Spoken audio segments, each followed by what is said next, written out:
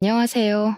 모든 사건의 전말을 알게 된 이후 한동안 시름에 빠져 살다가 이제야 훌훌 털고 나온 40대 여자입니다.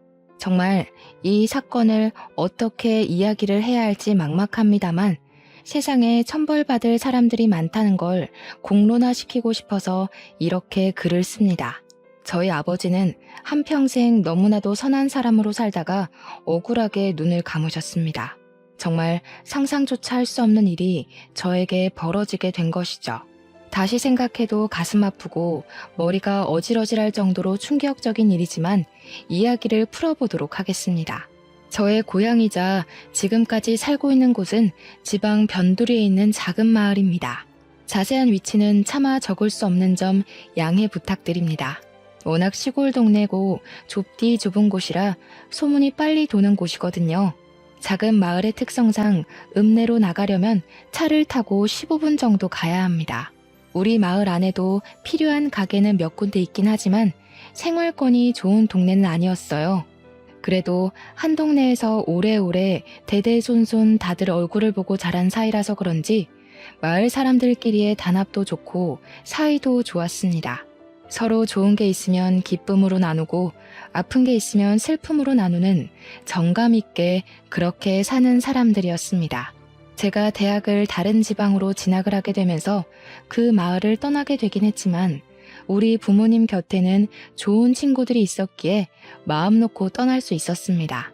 특히 제가 마을에 살면서 제일 친하게 지내던 친구가 하나 있었는데 이름이 순이였습니다. 순이는 공부는 별로 못했지만 손이 진짜로 야무진 친구라서 이것저것 다재다능하게 잘하는 친구였어요.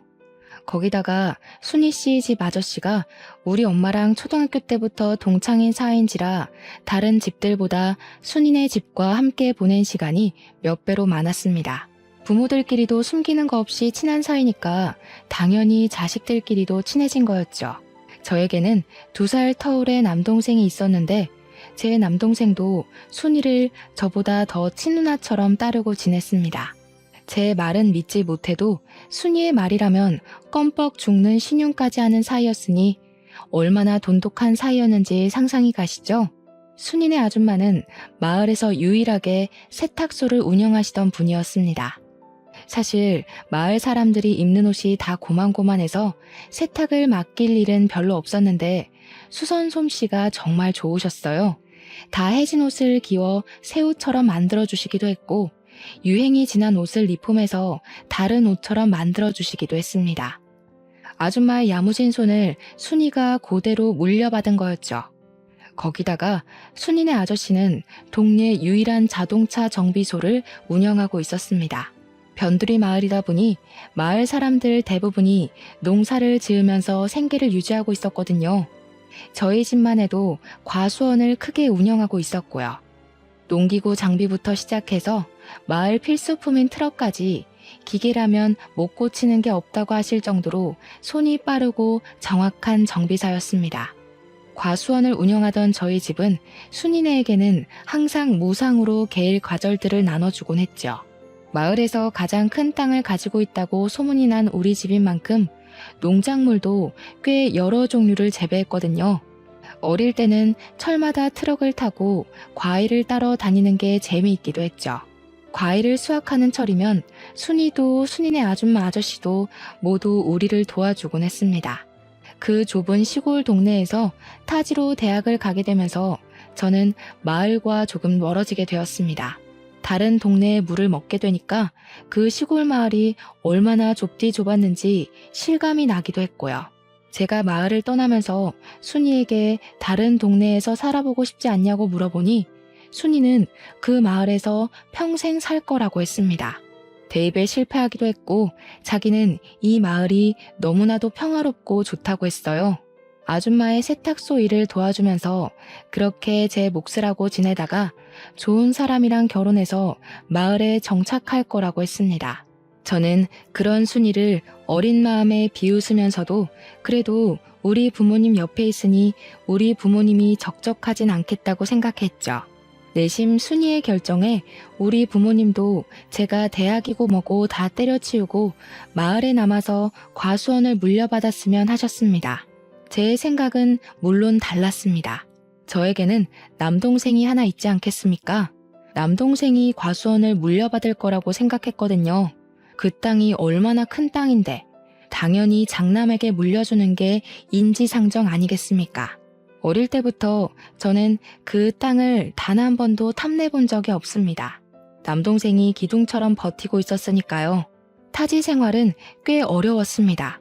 너무나도 세련되고 현대 문물에 능한 친구들 사이에서 시골 촌뜨기가 할 수 있는 건 별로 없었습니다.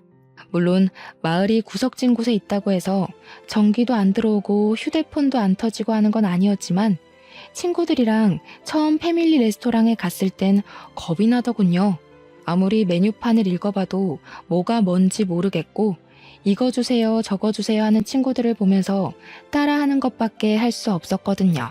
게다가 대학 생활 자체가 별로 재미가 없었습니다. 친구들이랑 술을 먹고 클럽에 가고 해도 시끄럽기만 하고 재미는 없었고요.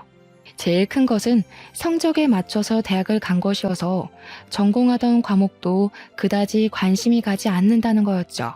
꿈도 없이 그저 이 대학에 붙었으니까 가야지 하고 온 순간의 선택은 참으로 많은 스트레스를 주었습니다.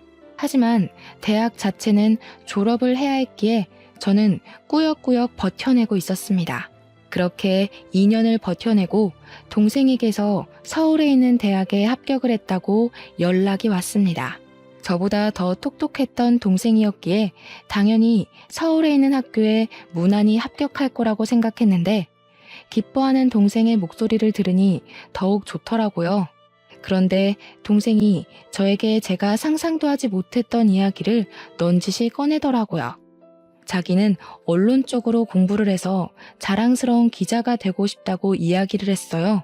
그래서 동생에게 너의 끈기라면 충분히 해낼 수 있을 거라고 문제가 뭐냐고 물어보니까 집에서 과수원을 물려받으라고 재촉을 한다는 거였습니다. 생각해보니까 그렇더라고요. 동생이 기자가 되고 제가 대충 취업을 하게 된다면 과수원을 물려받을 사람이 아무도 없는 겁니다.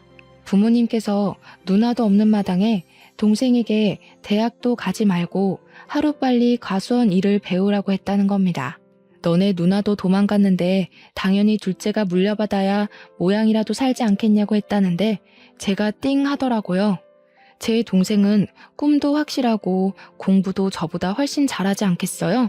저는 성적에 맞춰서 간 대학이기도 했고 서울에 있는 학교도 아니었고요.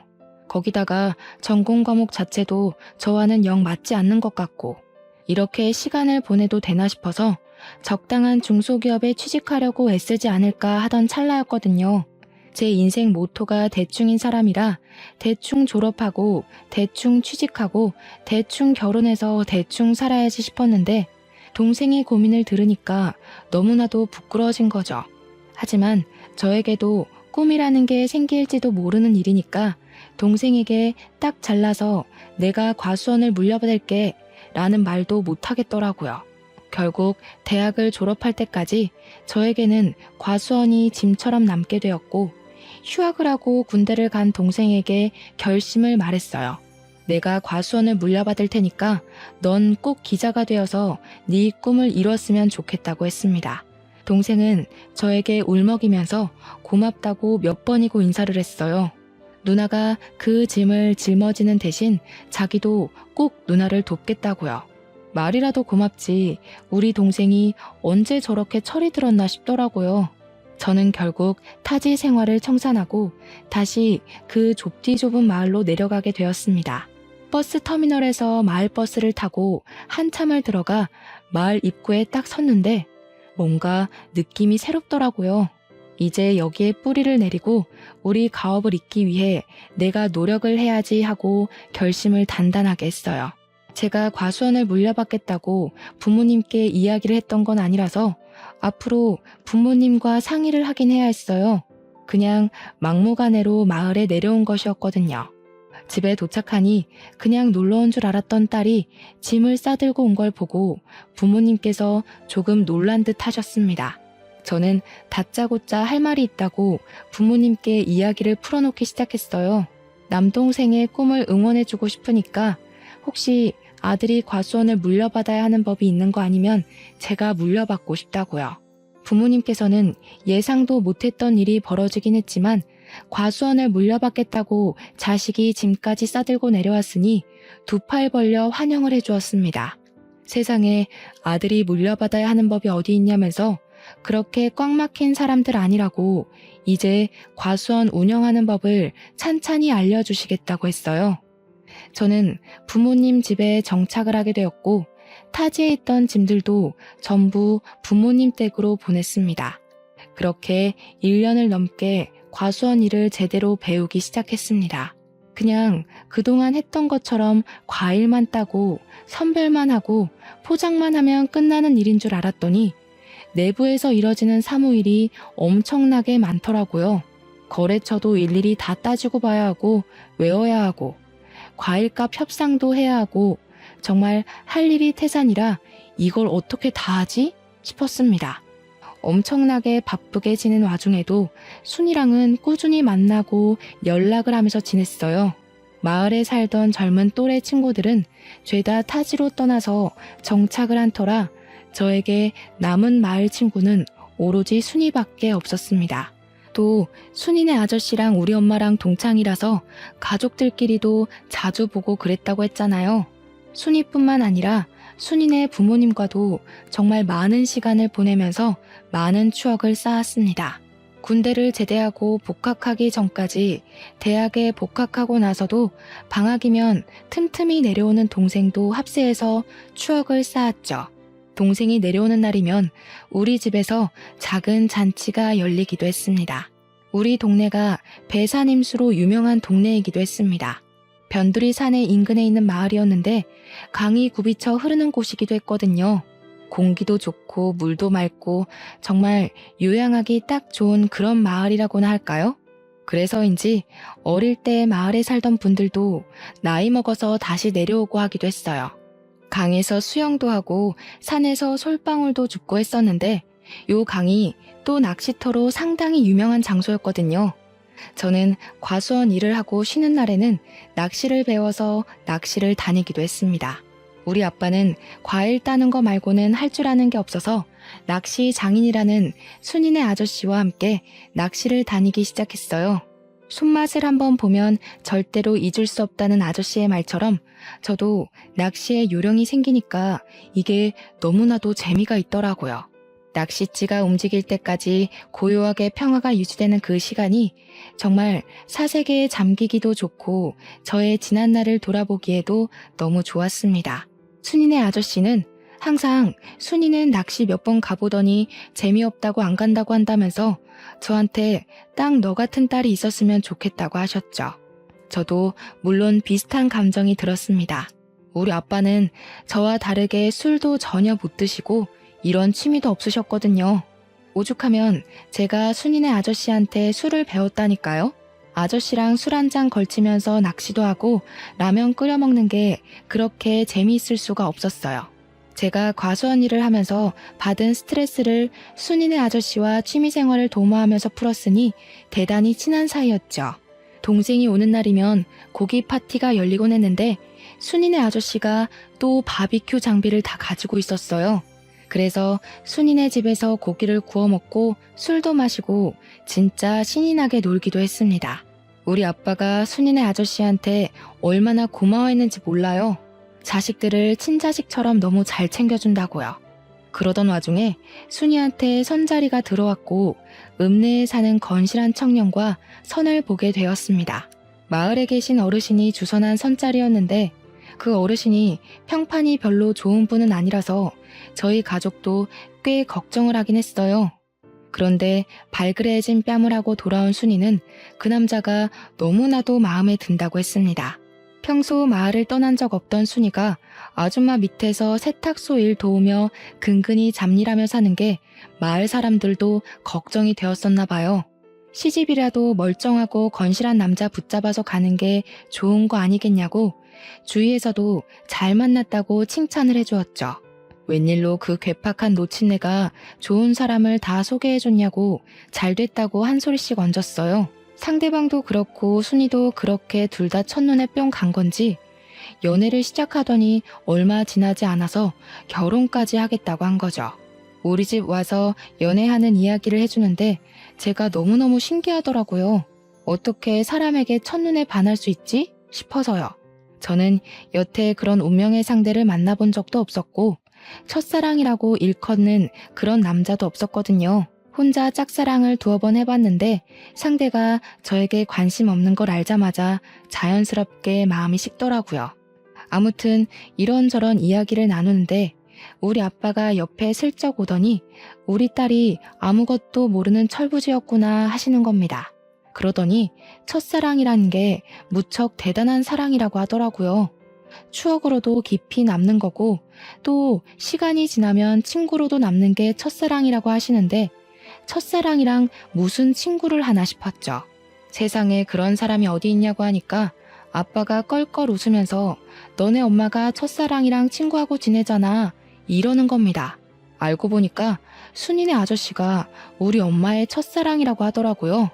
제가 얼마나 놀랐는지 몰라요. 여기가 무슨 할리우드도 아니고 첫사랑이랑 같은 동네 살면서 허구한 날 자식들의 배우자까지 끼고 친구처럼 지낼 수 있나 싶었죠. 순이도 그 이야기는 처음 들었는지 무척 놀래더라고요. 아무튼 평생 마을을 떠나지 않을 거라고 이야기했던 순이가 결혼을 하고 읍내로 떠나게 되었습니다. 그게 제 나이 30살의 이야기네요. 제 동생은 착실하게 신문사에 취직해서 인턴을 하고 있었고 저는 과수원에 대해 대부분 모르는 게 없는 상태가 되었습니다. 순이는 시집가서 정말 행복하게 살고 있는 듯 했어요. 얼마나 마음이 행복했는지 모릅니다. 그러던 어느 날 늘 웃음꽃이 피어있던 순이의 얼굴에 그림자가 슬쩍 드리우기 시작했어요. 순이에게 무슨 일 있냐고 물어봤는데 아무 일도 없다고 하더라고요. 그래서 그냥 그런가 보다 했죠. 그렇게 속절없이 시간이 흐르고 구정이 되어서 순이가 친정집을 찾아왔는데 남편이랑 같이 오질 않았더라고요. 제가 슬쩍 남편은 어디 가고 순이 너만 왔어?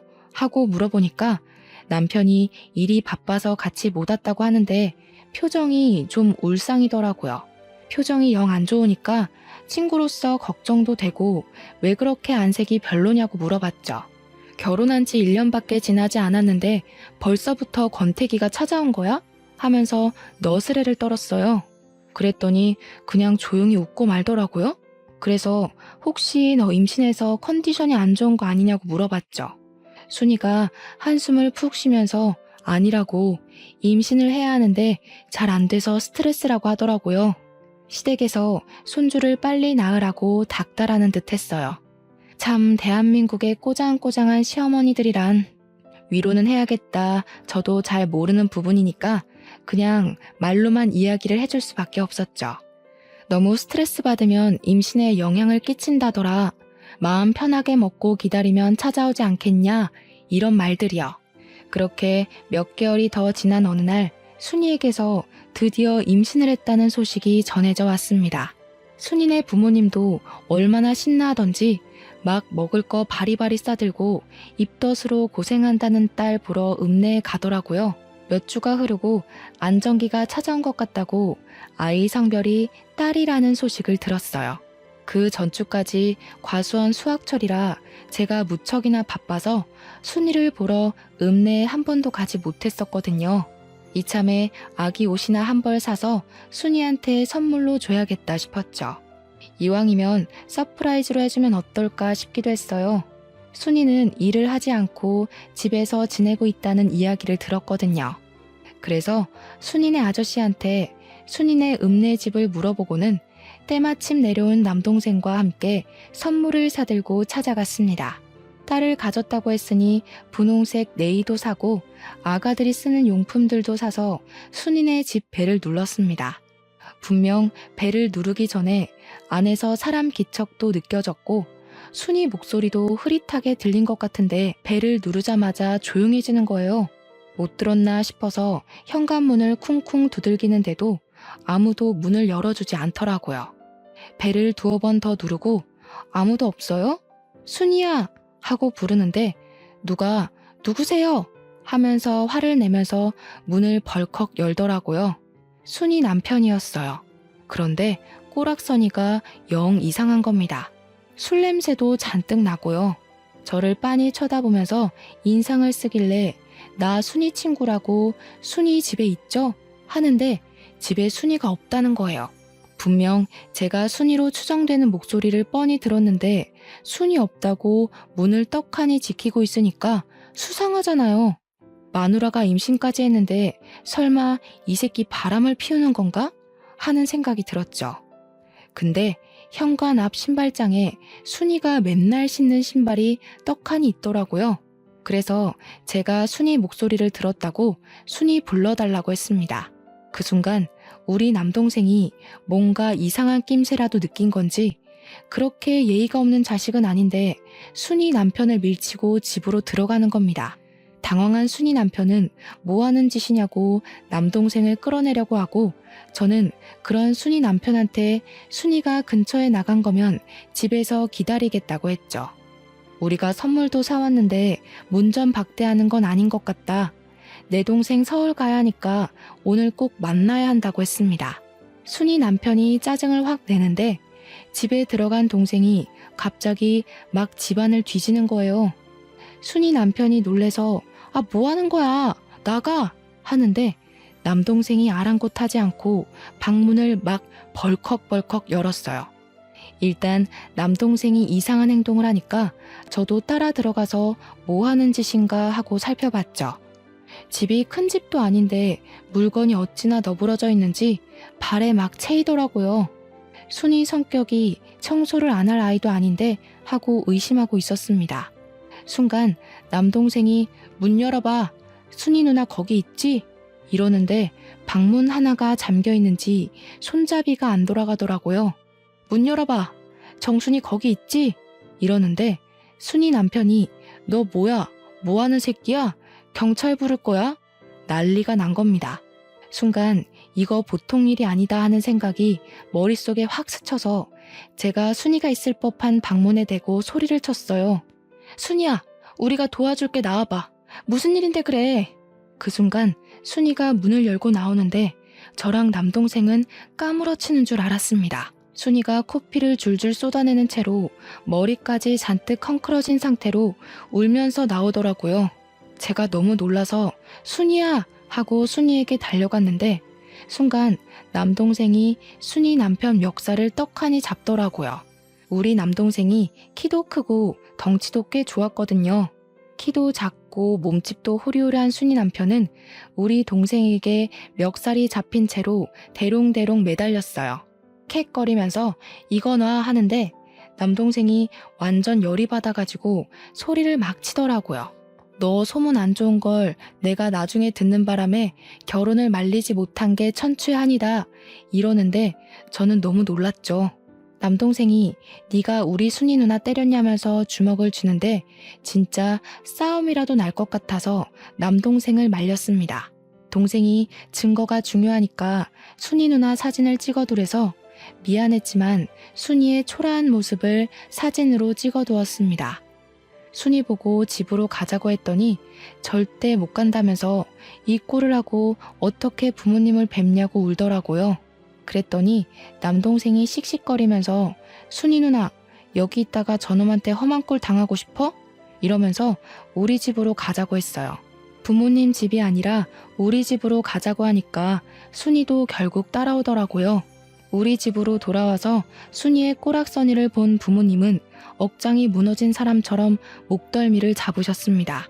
그 논팽이 새끼가 미쳐도 단단히 미친 게 틀림없다면서 어떻게 임신한 마누라를 이 꼴로 만드냐고 했어요. 결국 우리 부모님이 순이네 부모님한테 연락을 했고 한달음에 우리 집으로 달려와 순이의 모습을 보고 엉엉 우셨습니다. 저와 남동생에게 순이를 구해주어서 고맙다고 몇 번이나 인사를 하셨는지 몰라요. 우리의 가족 같은 순이를 구하는 건 당연한 일이었지만 그래도 몇 번이나 고맙다고 하니 몸둘 바를 모르겠더라고요. 그런데 거기서 끝났으면 참 좋았을걸. 순이가 집으로 돌아간 뒤 순이네 아줌마가 순이 다친 데를 살핀다고 이리저리 둘러보다 알게 된 거죠. 생각보다 상처가 너무 많고 온몸이 난장판이 되어 있다는 걸 직접 눈으로 보게 된 겁니다. 남편의 그런 행패가 하루 이틀 만에 이루어진 게 아니라는 걸 알게 되었고, 그런 놈을 사위라고 예뻐했다는 게 너무 화가 나셨나 봐요. 그대로 순이네 아줌마가 쓰러지시고 말았던 거죠. 그래도 정신은 어느 정도 있으셨는데 순이가 며칠 뒤 유산까지 하고 나서는 완전히 정신까지 놓아버리셨습니다. 병원에서는 갑자기 혈압이 한 번에 올라서 쓰러진 거라고 하면서 본인 의지가 가장 중요한 거라고 했다더군요. 한마디로 순이네 아줌마가 깨어날 의지가 있어야만 정신을 차릴 수 있을 거라고, 약으로는 할 수 있는 게 없다고 이야기를 했대요. 그렇게 순이네 아줌마가 쓰러져서 병원 신세를 지게 되니까 순이도 순이네 아저씨도 병원을 계속 들락날락하게 된 거죠. 근데 그때가 또 수학을 마친 과일을 선별해서 경매에 내놔야 하는 시기였거든요. 제가 하루 종일 바쁘게 일에 매진해야 하는 시기라서 정말 정신이 하나도 없는 상태였어요. 우리 아빠도 저와 같이 과일 선별하고 경매 준비하느라 정신이 없었고, 유일하게 여유가 있는 엄마가 순이네를 챙기기 시작했습니다. 순이네 아줌마가 정신을 못 차리고 있으니까 우리 엄마가 직접 순이네의 반찬을 챙겨서 가져다 주고 하셨어요. 순이는 순이네 아줌마 병실에서 먹고 자고 하고 있었는데, 아저씨는 정비소 일을 언제까지고 미룰 수가 없으니까 일을 하셔야 했거든요. 거기다가 하루 입원비도 어마어마하게 비싸다면서 일을 해야 병원비도 감당할 수 있다고 했어요. 처음에는 엄마가 일주일에 한 번씩 가서 반찬만 후딱 전해주고 오시더니 시간이 지날수록 점점 방문 횟수가 늘더라고요. 오죽하면 아빠가 뭘 그렇게 열심히 챙기냐고, 첫사랑은 이길 수 없는 거냐며 농담을 던지시기도 했습니다. 그때마다 엄마는 한 동네에서 평생을 보고 자란 친구인데 이 정도는 해줘야 하는 거 아니냐고 실없는 소리 하지 말라고 했죠. 일주일에 한 번씩 반찬만 주고 오던 게 어느 날부터는 청소도 해주고 살림도 봐주시더라고요. 남자 혼자 살아본 적 없는 티를 팍팍 낸다고, 저러다가 홀압이 되면 어쩌려고 저러는지 모르겠다고 하시면서요. 나중에는 우리 집에 있는 시간보다 순이네 가 있는 시간이 더 많은 듯 했습니다. 문제는 더 있었어요. 순이 남편이 순이를 병원까지 찾아와서 난동을 부리게 된 겁니다. 결국 병원에서 폐악질을 하다 경찰까지 출동을 했고, 순이가 급하게 경찰서에 조사를 받으러 가게 된 것이었어요. 순이네 아저씨는 정비일을 하느라 움직일 수가 없었고, 순이네 아줌마 병실을 지킬 사람이 필요해진 거죠. 몇 시간만 돌보면 되는 거라 간병인을 하루치 급하게 구할 수도 없는 상황이어서 아빠가 엄마 보고 좀 다녀오라고 했죠. 이웃 간의 정이 얼마나 깊은 건지 아냐고 누누이 말했던 우리 엄마가 순이네 아줌마 병실에 가라고 했더니 버럭 하시더라고요. 내가 거길 왜 가? 원래 순이 엄마랑은 친하지도 않았어. 이러면서 저보고 가라는 겁니다. 경매 준비로 잠잘 시간이 모자랄 정도인데 거기다가 순이네 집에 그렇게 허구한 날 가놓고는 순이네 아줌마랑 안 친하다는 건 뭔지. 아무튼 순이가 금방 병실로 돌아갈 수 있어서 다행이었지, 아니었으면 면도 못 세울 뻔했습니다. 그리고 얼마 안 있어서 결국 순이네 아줌마는 영영 하늘나라로 떠나고 말았어요. 장례를 치르는데 우리 아빠도 그간 나눈 정이 있어서 그런지 막 엉엉 우시더라고요. 순이네 아저씨도 같이 엉엉 울면서 두 분이 세상 떠나가라 슬퍼하셨어요. 그런데 우리 엄마가 그걸 상당히 꼬락선이 난 눈빛으로 바라보시는 겁니다. 우리 아빠가 우는 게 고가웠는지 갈 사람 간 걸 가지고 되게 운다고 핀잔 섞인 말을 뱉더라고요. 저는 순간 우리 엄마가 무슨 사이코패스라도 된 줄 알았습니다. 어떻게 장례식장에서 그런 이야기를 할 수가 있나요? 물론 조용히 말해서 저 말 슬쩍 듣긴 했는데 죽은 사람 영정 앞에서 할 이야기가 있고 못할 말이 있지 너무 어이가 없더라고요. 그 와중에도 순이네 아저씨랑 아빠랑 술에 취해서 바닥에서 자고 있으니까 담요는 또 덮어주더라고요. 우리 엄마가 갱년기라 예민한가 싶었죠. 제가 보기엔 순이 아줌마랑도 꽤 친해 보였었는데 갑자기 저러니까요. 장례가 다 끝나고 나서부터 우리 엄마는 대놓고 순이네 아저씨를 더 챙기기 시작했습니다. 우리 아빠가 오죽하면 엄마한테 마더 테레사라고 별명을 지어주기도 했다니까요. 우리 아빠가 허락한 일이고 자주 챙겨야 덜 외롭지 않겠냐고 하신 터라 그러려니 하긴 했지만 솔직히 남복이 좀 무섭더라고요. 혹여라도 이상한 소문이라도 나는 건 아닌가 걱정이 되기도 했어요. 그래도 한 이웃으로 살았던 정이 있으니까 저도 모른 척하기도 좀 그렇고 복잡한 감정이 들었죠. 순이도 결국 남편과 이혼을 하고 아이의 집으로 돌아와서 순이네 아줌마가 운영하던 세탁소를 물려받아서 일을 시작했어요. 근데 이상하죠? 순이가 돌아왔으니까 더 이상 우리 엄마가 순이네 아저씨를 챙길 이유가 없는 거나 마찬가지 아니겠어요? 발길이 조금 뜸해지긴 했지만 그래도 일주일에 한 번씩 반찬을 주러 가더라고요. 순이도 손재주가 워낙 좋은 아이라 반찬 같은 걸 다 할 줄 알 텐데 엄마가 왜 저렇게까지 챙기나 싶었습니다. 동생이 내려오면 순이네 집에서 바비큐를 하고 잔치도 열고 하긴 했지만 그래도 우리 가족끼리 보내는 시간이 꼭 있었거든요. 그런데 우리 동생이 정식 기자가 되어서 진짜 몇 개월에 한 번 내려올까 말까 하는데도 꼭 순이네랑 같이 모여야 한다는 겁니다. 그 순간 그런 직감이 드는 겁니다. 우리 엄마가 설마 순이랑 동생을 이어주려고 저러는 건가 하는 생각이요. 젊은 남녀니까 충분히 정분이 생기고도 남을 수 있지 않겠어요? 순이가 이혼하기 전에 찾아갔을 때 동생이 예민하게 행동한 부분도 있었고요. 순간 나만 모르게 가족들끼리 이미 다 행동에 옮기고 있었나 싶었습니다. 근데 제 걱정과 달리 엄마가 동생 붙잡고 이야기를 하는 걸 들었습니다. 절대 순이한테 마음 주지 말라고, 유산도 했고 이혼도 했는데 죽어도 저런 며느리 못 본다고요. 동생도 말도 안 되는 소리 하지 말라고, 만나는 여자친구 있다면서 걱정 말라고 했죠. 엄마가 너무 오버를 하니까 또 이상한 거예요. 순이네 아저씨는 그리 챙기면서 순이한테는 왜 그러나 진짜 이해가 안 갔습니다. 그 즈음부터 해서 엄마가 자꾸 과수한 일은 나 몰라라 하고 읍내에 놀러 다니기 시작했습니다. 읍내에 모임이 있다면서 나가 놀고 친척들 만난다고 다른 지방에 놀러 간다 그러고요. 우리 엄마가 살면서 그렇게 밖으로 싸돌아다니는 걸 본 적이 없어서 좀 의아하긴 했어요. 그런데 아빠가 딱 그런 이야기를 하시더라고요. 순이네 아줌마가 그렇게 허망하게 가고 나서 언제 죽을지 모른다는 공포에 물든 것 같다고요. 하고 싶은 거 하게 내버려 두는 게 지금으로서는 최선인 것 같다고 하는데 아빠의 표정이 참으로 씁쓸해 보였습니다.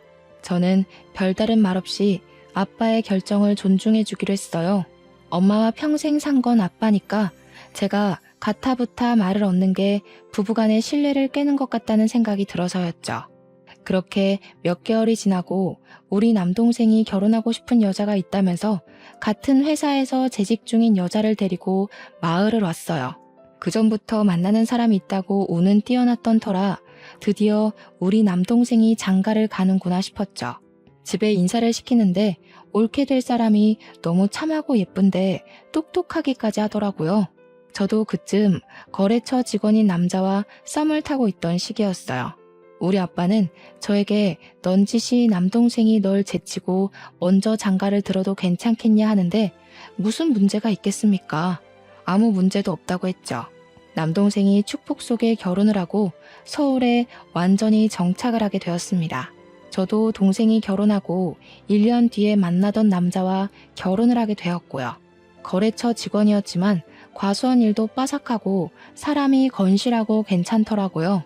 나중을 생각하면 과수원을 같이 운영해 줄 수 있는 든든한 사람 같아서 평생을 함께하기로 약속했습니다. 제가 결혼할 때 우리 아빠가 과수원과 관련된 모든 재산을 저의 명의로 넘겨주었습니다. 결혼 선물이라고 주었는데 저는 일찍부터 너무 큰 선물을 받는 것 같아서 솔직히 부담스럽기도 했어요. 아빠가 한 가지 약속을 해달라고 하시면서 원래 결혼할 때 주려고 했다고 아무한테 명의를 넘긴 것을 이야기하지 말라고 신신당부를 했습니다. 동생은 물론이고 엄마한테까지 말하지 말라고 해서 왜 그러시나 했는데 뭐 아빠의 부탁이니 알겠다고 했어요. 그렇게 1년이 더 지난 어느 날 저랑 남편이 서울에 있는 거래처에 볼 일이 생겨서 서울을 가게 되었습니다. 엄마랑 아빠한테 말씀을 드리고 출발한 터라 동생도 보고 와야겠다 싶어서 동생한테도 연락을 해두었어요. 저녁이나 먹자고 해서 동생네 부부와 저희 부부가 만나서 밥을 먹고 있는데 제 휴대폰에 불이 나게 연락이 오는 겁니다. 엄마한테 막 황급히 연락이 오길래 무슨 일이냐고 물어보니까 아빠가 사고를 당했다는 거예요. 그게 무슨 소리야 하는데 엄마가 얼이 완전히 나간 건지 덜덜 떨리는 목소리로 아빠가 사고를 당했다고 당장 내려와 하더라고요. 놀래서 남동생네 부부랑 정신없이 차를 타고 읍내에 있는 병원으로 내려왔죠. 엄마는 덜덜 떨면서 울고 있고 옆에서 순이네 아저씨가 한숨만 푹푹 내쉬면서 우리를 보고는 왔어 하시더라고요. 하필이면 오늘 자식들도 없고 적적한 와중에 엄마가 아빠한테 순이네 집으로 반찬을 가져다 주라고 심부름을 시켰대요. 간 김에 엄마가 순이한테 부탁한 세탁물도 받아오라고 해서 아빠가 트럭을 끌고 나갔는데 오던 도중에 논두렁길에서 사고가 났대요. 아직 현장을 감식하고 있는 중인데 바퀴가 논두렁길 바깥쪽으로 빠지면서 차량 전복 사고가 일어났고 안전벨트를 매지 않아서 그만 아버지께서 전복된 차량에 흉곽이 심하게 눌렸고 숨을 쉬지 못하고 허망하게 눈을 감으셨다는 겁니다. 근데 너무 어이가 없는 거예요. 그 논두렁길 저도 잘 알고 있고 남편도 잘 알고 제 동생도 잘 아는 길이거든요. 결코 좁지 않은 길이고 트럭 한 대쯤은 널찍하게 지나가고도 남는 길이란 말이죠. 거기다가 아빠가 한평생을 그 길에서 운전을 했는데 갑자기 바퀴가 빠진다는 것도 말이 안 되고요. 더군다나 우리 아빠는 술을 잘 드시지 못해서 음주운전을 했을 리도 없는데 그 길에서 바퀴가 빠진다는 게 말이 안 되는 거예요. 허망하게 차량에 깔려서 그렇게 가셨다는 게 도무지 믿기지가 않았어요. 경찰 측에서 운전 미숙으로 난 사고 같다고 하는데 옳게가 그러더라고요. 평소에 그 길을 자주 다녔다고 하지 않으셨냐고. 뭔가 이상하니까 부검을 해보는 게 좋지 않겠냐고요. 그런데 엄마가 버럭 소리를 지르면서 남편 부검하는 거 절대 반대라고 하는 겁니다. 보통 같으면 원인을 확실하게 밝히기 위해서라도 부검을 해야 하는 거 아니겠어요? 제가 옳게 말에 동의하면서 부검을 하겠다고 했어요. 우리 남동생도 미심쩍다며 부검하자고 했고요. 올케가 차량 조사는 한 거냐고 물어보니까 경찰이 현장 조사만 했다고 우물쭈물 이야기하길래 기자 명함을 떡하니 건네면서 정확하게 조사를 해달라고 하더라고요. 엄마는 한 동네에서 무슨 소문이 날 줄 알고 그런 짓까지 하냐고 했지만 올케가 딱 잘라서 차량 조사까지 부탁드린다고 했죠. 엄마가 계속 딴죽을 거는데 제가 아빠가 억울하게 가셨으면 조사를 해야지 하고 소리를 쳤어요. 순이네 아저씨도 소문 이상하게 날 수 있다면서 적당히 넘어가자고 하는데 이상하잖아요. 수사가 시작되고 부검 결과 혈중 알코올 농도가 0.1% 측정된 결과가 나왔습니다. 한마디로 거의 만취 수준이라는 건데 그 상태에서 아빠가 운전대를 잡았다는 게 이상했어요. 거기다가 차량 수사 과정에서 브레이크를 조정하는 라이닝에 문제가 있었다는 것까지 밝혀진 거죠. 브레이크가 말을 듣지 않게 조작이 되어 있었다는 겁니다. 아무리 서행을 했어도 멈추질 않으니까 핸들을 이리저리 틀었을 테고 거기다가 음주 상태였으니까요. 사고가 날 수밖에 없었던 거죠. 그러니까 엄마와 순이네 아저씨가 미친 듯이 수상하더라고요. 그래서 따로 붙잡고 물어봤더니 둘 다 회피하는 듯한 발언을 하는 거예요. 아저씨는 엄마한테 물어봐라. 엄마는 아저씨한테 물어봐라. 둘 다 서로 술을 먹은 걸 본 적이 없다고 발뺌을 하고 있었습니다. 그래서 결국은 삼자 대면을 했고 서로에게 떠밀고 있었던 상황을 이야기하니까 경찰서 앞에서 둘이 싸우기 시작하는 겁니다. 경찰 조사까지 시작된 마당에 발등에 불이 떨어진 거죠. 야, 술은 네가 먹여놓고 왜 나한테 뒤집어 씌우고 그래? 뭐가 어쩌고 어째? 네가 브레이크 망가뜨려 놓고 나한테 왜 그래? 하면서 둘이 머리채 쥐어잡고 싸우는데 우리 부부 남동생네 부부 할 거 없이 기함을 토했죠.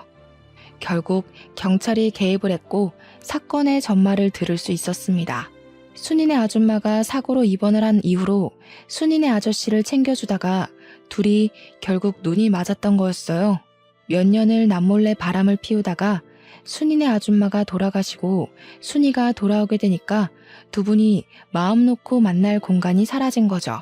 거기다가 엄마한테는 아빠까지 있었으니 순이네 아저씨는 너도 이혼하고 나랑 재혼하자 난리를 쳤고요. 엄마는 동네 이목이 무서워서 이혼을 못하고 있다가 자식들이 결혼하고 나니까 아빠랑 사는 게 더 이상은 지겨웠던 거였어요. 가수원까지 욕심이 났던 엄마는 아빠가 사망하게 되면 배우자 명의로 모든 재산이 넘어오니까 그걸 노린 거죠. 아빠한테 술을 먹인 건 엄마였고 아빠의 차를 고장낸 건 순이네 아저씨였습니다. 그 사실을 알게 된 우리는 엄마가 사람으로 보이지 않았습니다. 그 와중에도 엄마는 과수원은 어떻게 되는 거냐고 미친 사람처럼 굴더라고요. 과수원은 내 거지? 그래, 내 거야. 배우자 거잖아. 맞지? 꿈깨. 그거 아빠가 나 결혼할 때 내 명의로 다 증여해줬어. 아무한테도 말하지 말라더니 아빠는 알았나 보다. 엄마가 바람 피우는 거. 엄마는 모든 걸 잃은 사람처럼 허탈한 표정으로 유치장에 수감되어 있었어요. 순이네 아저씨도 머리를 쥐어뜯으면서 고개를 푹 숙이고 유치장 구석에 앉아 있더라고요. 결국 둘 다 살인죄가 적용되어 재판을 받게 되었고 공범임이 인정되어 엄마는 징역 35년, 아저씨는 무기징역을 받게 되었습니다. 모든 사실을 알게 된 순이는 그대로 잠적을 했고 어디서 뭘 하고 사는지 지금까지도 모르고 지내고 있습니다. 결국 저는 부모님과 함께한 추억이 담긴 집이 지긋지긋해서 처분을 하고 읍내에 있는 아파트로 이사를 갔습니다. 일이 어떻게 되었든 과수원은 운영을 해야 했으니까요. 우려했던 대로 동네에 흉흉한 소문이 싹 돌았지만 다들 저를 불쌍하게나 생각하지 손가락질하진 않더라고요. 저는 남편을 의지하며 여전히 과수원을 운영하면서 살고 있습니다. 동생도 저도 아직까지 엄마의 면회는 가본 적이 없어요. 아마 앞으로도 갈 일은 없을 것 같습니다. 지독한 첫사랑이 뭔지 사람 한순간에 망가지더라고요. 저는 그런 삶은 살지 않을 겁니다. 제 결심이 평생 가길 기도하며 제 사연은 여기서 멈추도록 하겠습니다. 감사합니다.